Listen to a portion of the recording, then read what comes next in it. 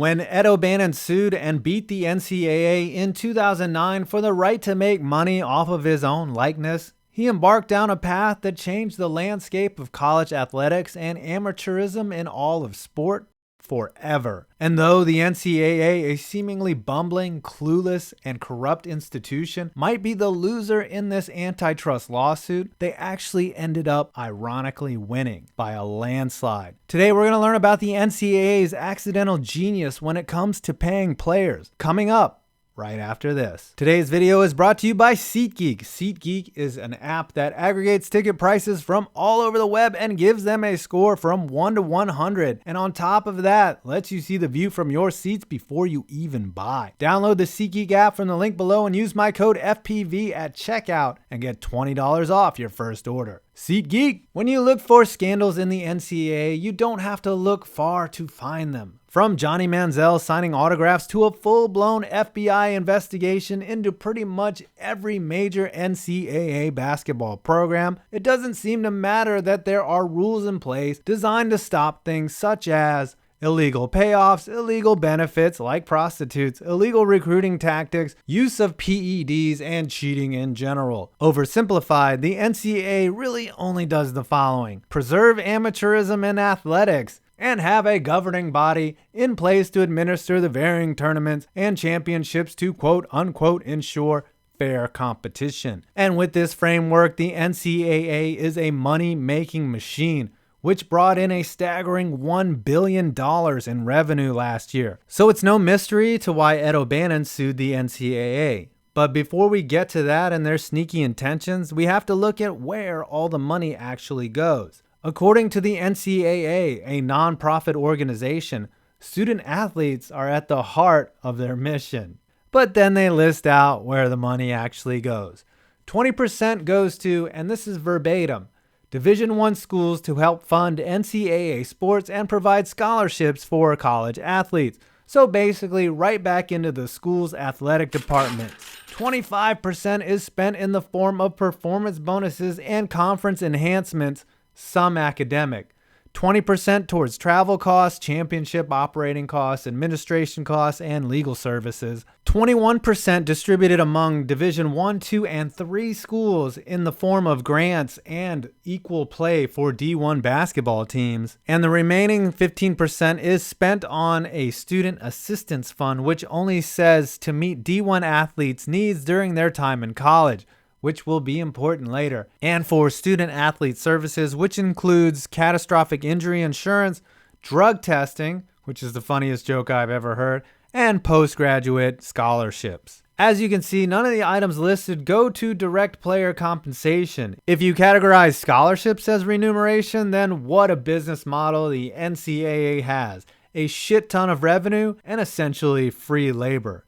In the North American professional sports leagues, player salaries end up being close to 50% of the league's revenue. And when you look at how scholarships work, yes, an education is valuable, but the actual cost of a scholarship isn't exactly the value that a student athlete receives, and in many cases, what the athlete produces.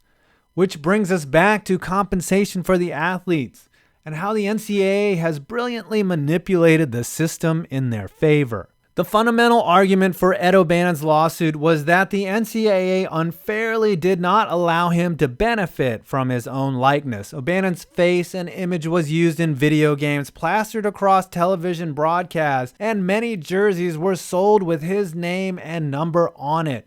And yet he didn't receive a dime of that money.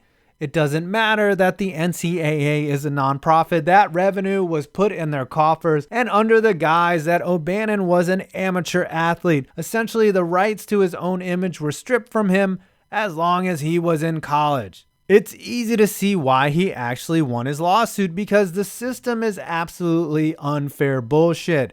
In a separate suit, EA Sports settled immediately for $40 million for comp related to their video games and then never made another NCAA game again. But lost in O'Bannon's victory was what he was really after. The Ninth Circuit Court ruled that if the NCAA allows for some form of compensation for a player's likeness, for example, the full cost of attendance to the school, then the NCAA doesn't have to change anything. And though the court ruled that there was a conspiracy among 1,200 schools to deny compensation to student athletes for the use of their likeness, absolutely nothing changed as a result of their decision. But that's not what the NCAA wants. In fact, if you look at who would benefit the most from players receiving a fair and unregulated compensation for the use of their own likeness, the true benefactor is surprising. An athlete getting paid obviously benefits that particular individual. Endorsement deals and royalties from jersey sales can range in the millions. What brand wouldn't want to pay these young, good-looking athletes to hawk their products? And what young athlete wouldn't accept that money? Sounds like a win-win, especially if the NCAA gets a cut. But let's look deeper. What is the biggest problem the NCAA faces? Players leaving early for the pros and diluting their product.